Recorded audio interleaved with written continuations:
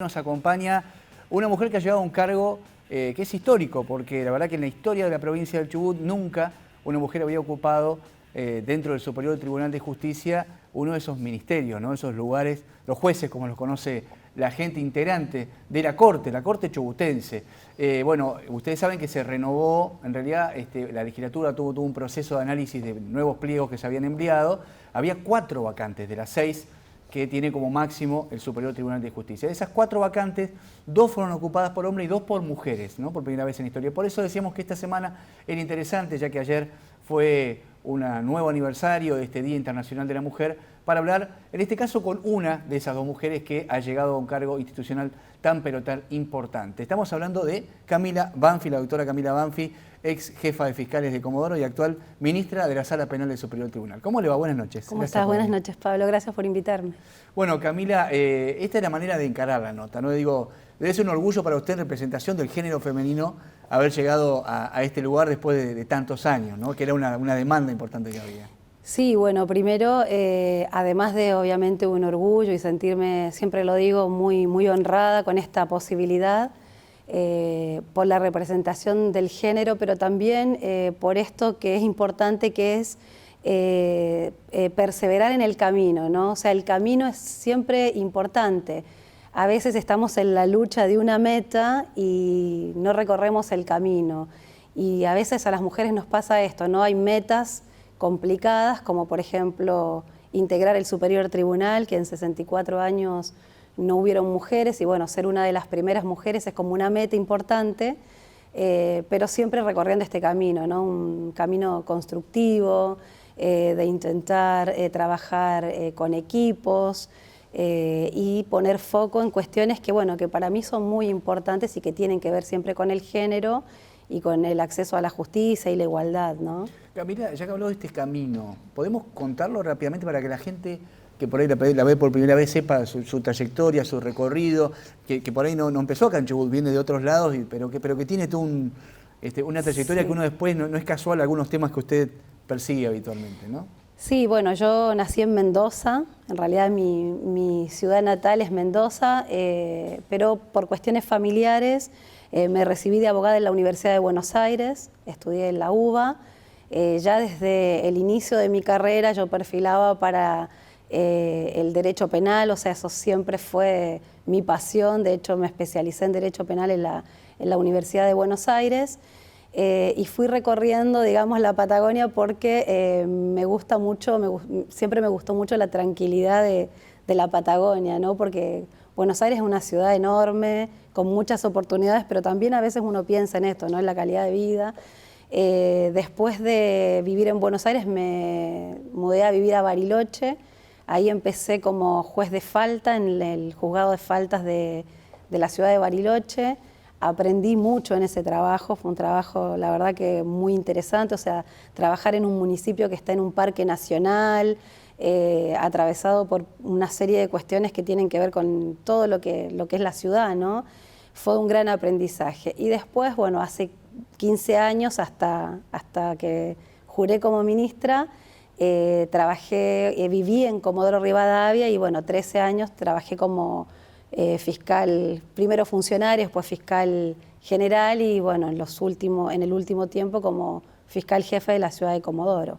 Así que he recorrido bastante y en todos mis trabajos he tenido, bueno, diferentes tareas, pero siempre hay un punto en común, ¿no? Que es esto que yo te digo, el tema del interés general, el género, la igualdad de derechos humanos.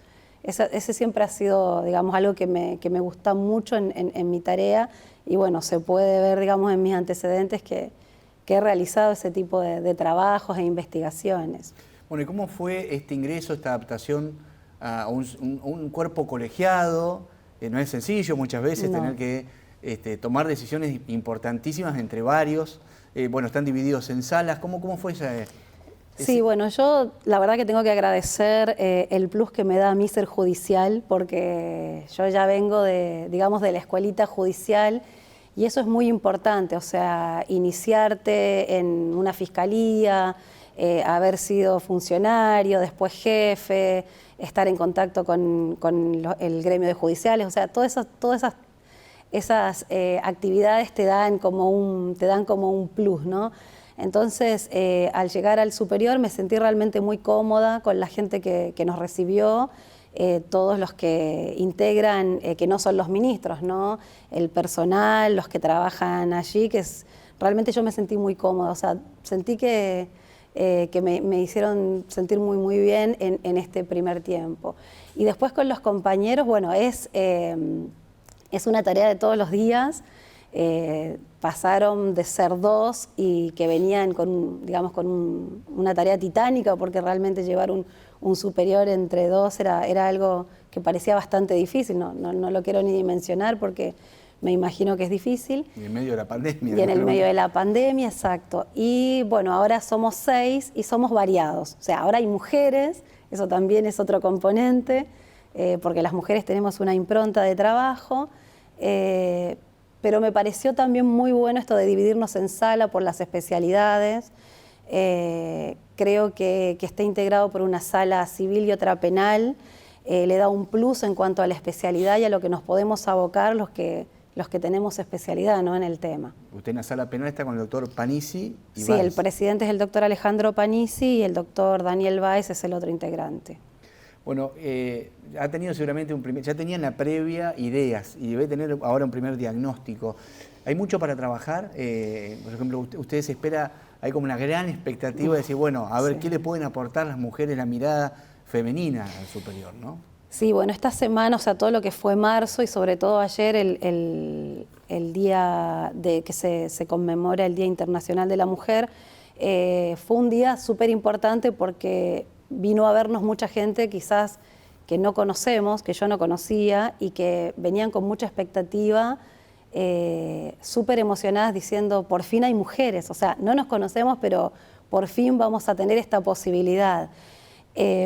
Primero que en todos los trabajos que tuve a lo largo de mi carrera y en la provincia, siempre en todos encontré muchas tareas para hacer porque hay, digamos, todo lo que tiene que ver con el acceso a la justicia es algo que siempre hay que estarlo trabajando, independientemente de lo que hagan los poderes judiciales, los organismos, las instituciones, siempre esto va mutando y hay necesidades nuevas, demandas nuevas. Bueno, ahora ni hablar porque fuimos atravesados por una pandemia, entonces muchas cosas se han modificado.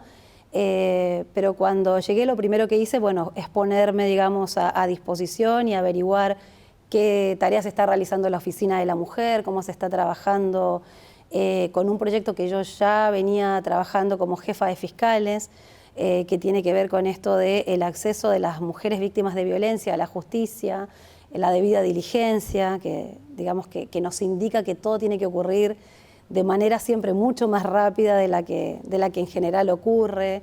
Y bueno, una de estas tareas de la debida diligencia tiene que ver con empezar a trabajar con disminuir la burocracia en muchas de las cuestiones que tienen que ver con el acceso de las mujeres o niñas, adolescentes, todas aquellas que tengan la necesidad del acceso a la justicia en estos temas.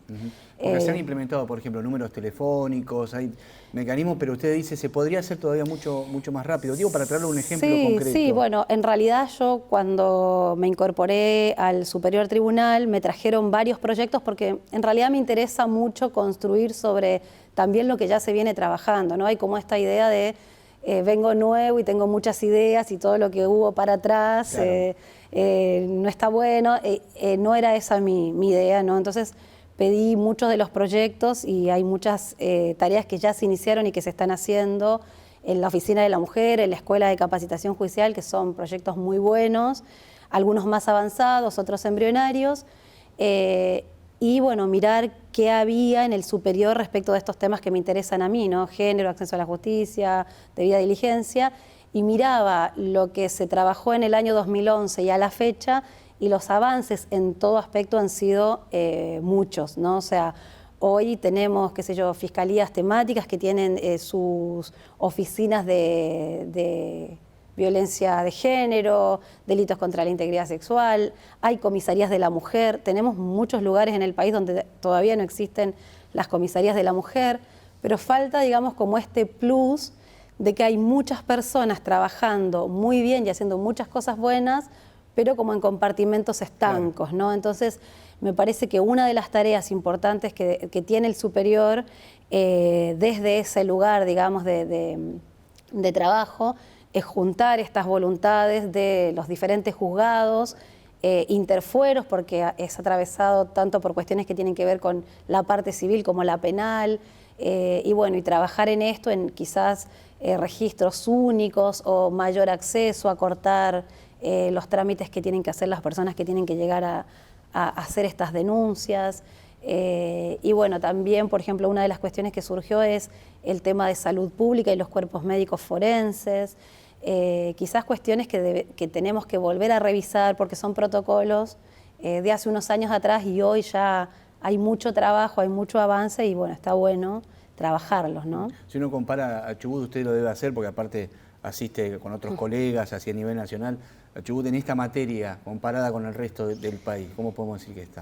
Sí, tuve experiencia de compararlo con el resto del país y también de manera internacional, porque justo, bueno, tuve la posibilidad de hacer un curso o sea, un curso de donde habían integrantes de distintos países. Y la verdad que primero veía que nuestra legislación era súper de avanzada, tenemos desde las convenciones hasta las leyes provinciales, y Chubut está muy bien posicionado con esto de tener comisarías de la mujer, con la legislación que tenemos que también es de avanzada, pero falta un poco de estas acciones concretas, ¿no? De bajar esto más todavía a las personas que están, digamos, no solo de mujeres, sino también de todos los grupos vulnerables, acciones más concretas respecto del acceso que tienen a la justicia.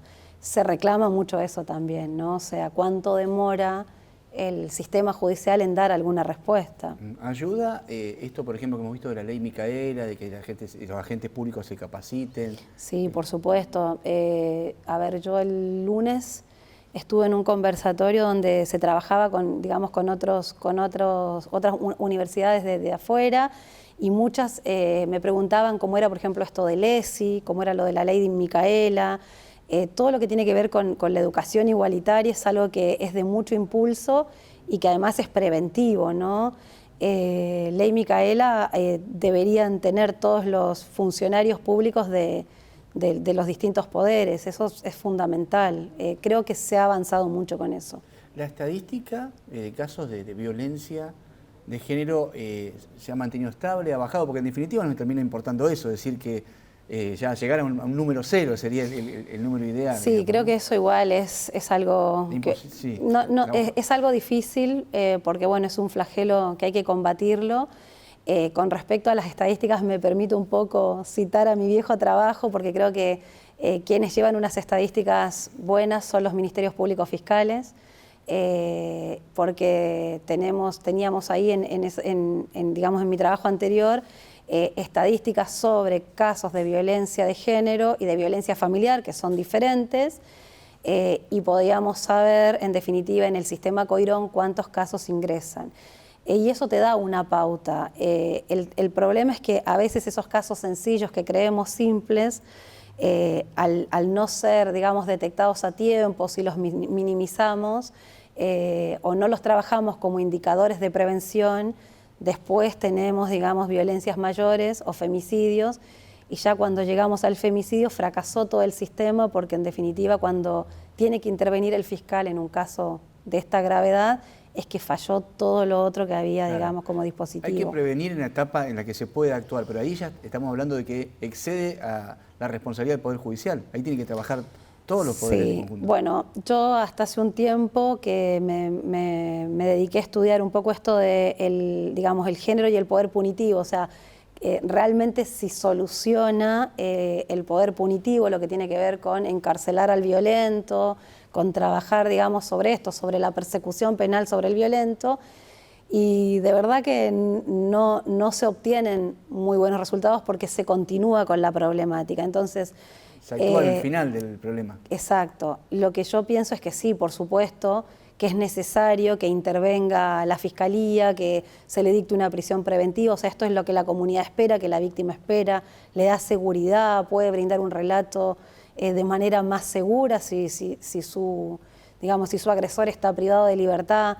pero no termina resolviendo la situación, y creo que ahí es donde hay que volver, digamos, hacia la educación y trabajar sobre esto de la igualdad entre los hombres y las mujeres, o sea, y las diversidades, porque también ahora se agrega este tema, y eso debe para mí iniciarse desde la escuela, la secundaria, bueno, la universidad, los funcionarios. Creo que esa parte de la educación es algo fundamental, o sea, eso es como una piedra angular en el tema de género. Doctora, y uno no se cansa lamentablemente de ver casos en los cuales hubo etapas previas que se podrían haber evitado, o sea, hubo avisos reiterados y uno dice, ¿por qué no se actuó? ¿Por qué nadie dio respuesta acá? Y después terminamos lamentando cosas terribles, ¿no? Sí, bueno, en realidad es tan difícil, porque es como trabajar con el diario del lunes, como dirían los periodistas, porque es tan difícil poder anticipar determinadas situaciones. Qué sé yo, en los ministerios públicos han habido casos donde nunca ocurrió una denuncia, como el último femicidio que ocurrió en Comodoro Rivadavia. No existía ninguna denuncia, no había nada que indicara que esto podía ocurrir, y bueno, ocurrió, ¿no? O sea, y después también están esas denuncias de personas que son reiterantes y que a veces hay que hacer una escucha activa con la persona que es víctima de violencia, porque a veces también las propias mujeres son las que no quieren denunciar, entonces esto lleva otro tipo de trabajo. Entonces, creo que es real que el sistema judicial, el Poder Judicial, tiene que trabajar sobre los indicadores. Por ejemplo, si hay muchas denuncias, deberían existir indicadores automáticos de poder trabajar sobre eso, pero también, y por eso vuelvo a la educación sexual integral o a la educación igualitaria, tenemos muchos casos en donde ni siquiera hubo una alerta de que podrían ocurrir. Entonces, este termómetro te indica que probablemente haya que trabajar sobre esto que está muy de moda, que es la igualdad, las masculinidades, desconstruir, digamos, todo lo que tiene el sistema patriarcal, que se habla mucho de este tema. Hay mucha información. Se ha avanzado mucho, pero falta todavía una enormidad, digamos. Sí, porque en definitiva uno se pregunta en estos casos, ¿no?, donde no habían alertas, por qué estos varones se creían dueños de la vida de el caso de Palermo a Buenos Aires, que lo tenemos tan fresco, es una cosa que difícil racionalmente de entender, digamos, ¿no? Pero... Claro, una violación grupal es algo que nos cuesta. También, bueno, yo también lo analizo en mi experiencia de que a veces uno tiene que pensarlo de manera más simple, ¿no? A veces los agresores, que son psicópatas o sociópatas, tienen pensamientos que no tendría una persona de manera normal. Entonces una persona normal, cuando lo piensa, no lo puede asimilar, o sea, cree que hay algo más, que es algo más complicado, y a veces es tan simple como esto, ¿no? Una mente distorsionada, con alguna enfermedad, digamos, mental, o simplemente una psicopatía que te lleva a realizar determinados actos que, bueno, después culminan con esto, ¿no?, tan grave. Doctora, entre las cosas a mejorar, a trabajar inmediatamente, usted mencionó al pasarlo entre las varias, me quedó una, que no es la primera vez que lo escucho, el tema del cuerpo médico forense. ¿A qué se debe esto? ¿En qué se puede mejorar ahí? ¿Qué tiene que ver, me imagino, con un camino que atraviesa una víctima y que quizás no se trabaja bien en el proceso, digamos, ¿no? Sí, bueno, en realidad los cuerpos médicos, ese es el punto inicial, ¿no? Hay que empezar también por cambiarles el nombre, porque ahora son equipos forenses, porque ya no solo hay médicos, no hay solo varones. De hecho, actualmente el cuerpo médico nuestro, porque ahora se llama así, tiene una decana. Entonces, estos equipos forenses tienen tareas que son importantísimas para todo el Poder Judicial, tanto para la cuestión penal como la civil, y ordenar esas tareas y trabajar sobre protocolos son fundamentales.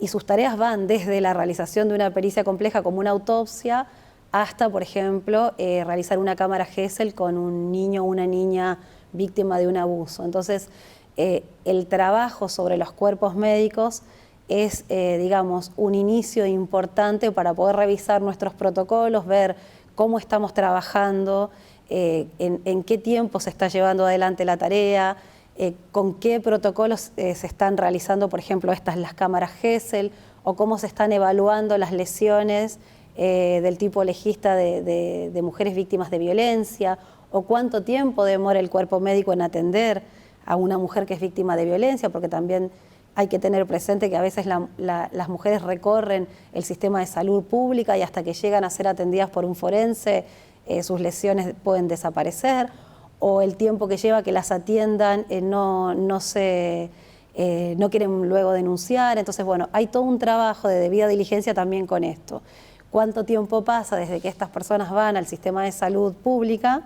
Que a mí me interesa mucho, yo también esto lo estuve trabajando y hablando, tuve la posibilidad de hablar con el ministro de Salud y por lo menos con el Hospital Regional de Comodoro, que era con quien yo estaba realizando este trabajo. Me parecía muy importante esto, ¿no? Cómo esos procesos donde se inicia, donde arranca toda la situación de las víctimas de violencia o de abuso, ¿no? Hospital, Comisaría de la Mujer, Cámara Gesell, y eso depende de los equipos forenses. Hay un tema para el final que le quiero preguntar, que sé que usted lo ha trabajado mucho, porque estuve ahí leyendo sus antecedentes. Usted hablaba de derechos humanos, sé que ha trabajado mucho el tema de las cárceles, es decir, los lugares de detención, digamos, ya sea para el que está procesado o condenado, pero sobre todo porque no están adaptados realmente para, uno piensa en la población carcelaria mayormente masculina, pero bueno, en Chubut yo no sé si hay lugares que están realmente preparados para internas femeninas, ¿no? Sí, bueno, yo en realidad toda mi experiencia en cárceles arranca en mi época de estudiante, o sea, yo cuando empecé a trabajar empecé a hacer mis primeros pasos en el derecho penal, una de las primeras temas que me atrapan, ¿no?, que me gustan, es el tema de las cárceles, ¿no? Yo trabajé en un proyecto que se llamaba Mujeres afectadas por la ley penal, que era de participación, era de divulgación jurídica y de participación ciudadana.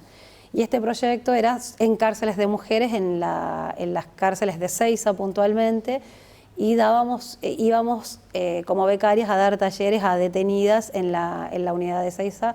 Eran 40 o 50 mujeres privadas de libertad.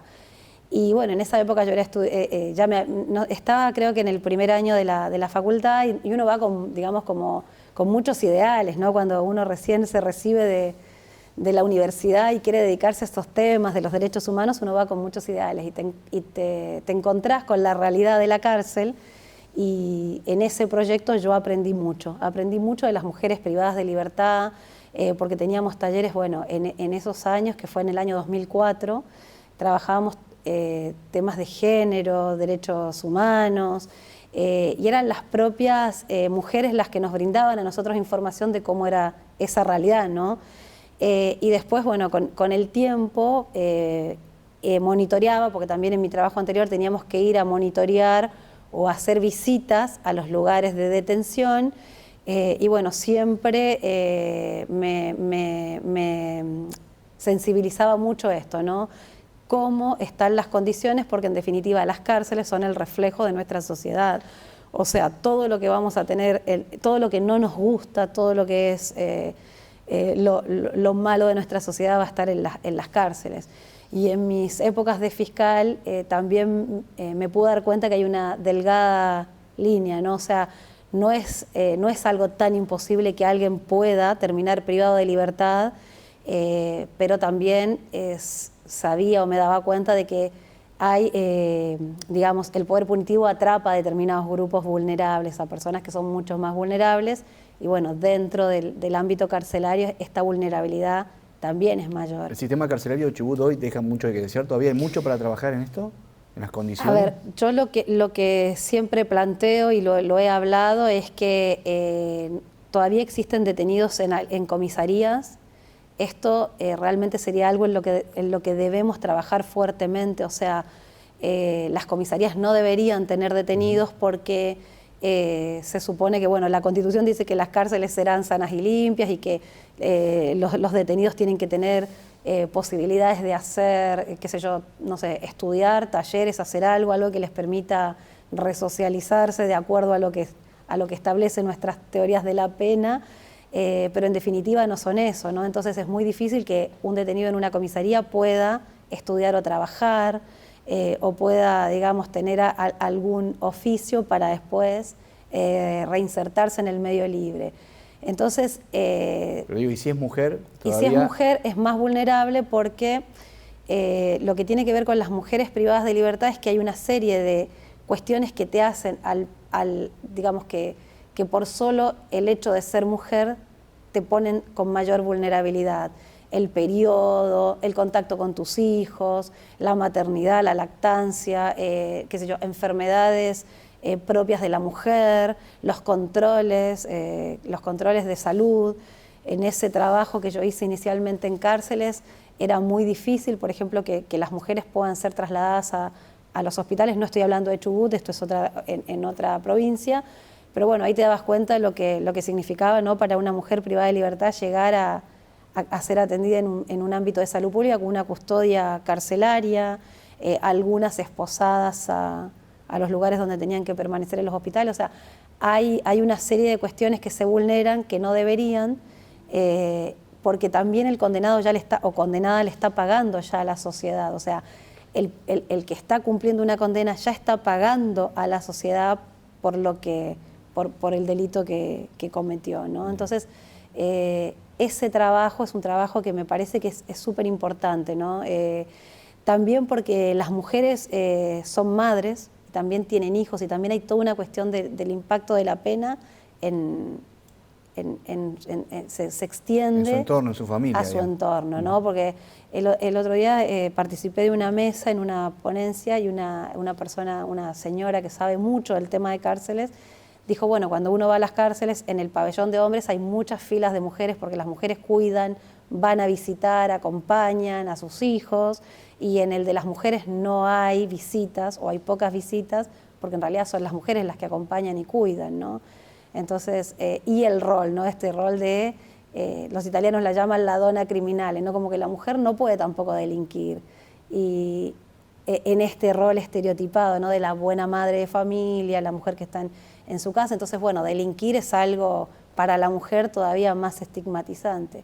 Entonces, bueno, me interesan esos temas, pero fundamentalmente con lo que tiene que ver con el respeto de los derechos humanos, porque en definitiva te debe privar solo de la libertad, ¿no? Y a veces no se visibilizan determinados temas de la mujer, ¿no? Como por ejemplo haber trabajado en un taller en la cárcel donde no existía gestión menstrual porque, no sé, es como están detenidas pero no menstruan, no sé, algo de esto, a esto me estoy refiriendo, ¿no? Cosas muy básicas que tienen que ver con la mujer y que tienen que proveerse quizás ellas mismas o sus familias, y a veces eso no ocurre. Bueno, muchísimo por trabajar entonces. Son algunos temas que hemos abordado, de los muchos que tiene en el ámbito que a usted le toca seguramente ahora desarrollarse. Así que primera visita, seguramente no será la última, o esperamos que no sea la última. Y bueno, y felicitarla a usted, también a Silvia Bustos, que bueno, había invitado y no ha podido venir, pero son las dos primeras representantes del género femenino en el Supremo Sí, la verdad Tribunal. que a mí me da mucha fuerza ser una de las mujeres también, tener, digamos, que seamos dos mujeres. Eso me parece fundamental. Por supuesto que las mujeres vamos a seguir luchando por la paridad porque es algo que es importante, pero bueno, creo que esto es un avance. Gracias por haber venido, Camila. No, muy gracias amable. a vos, Pablo, por invitarme.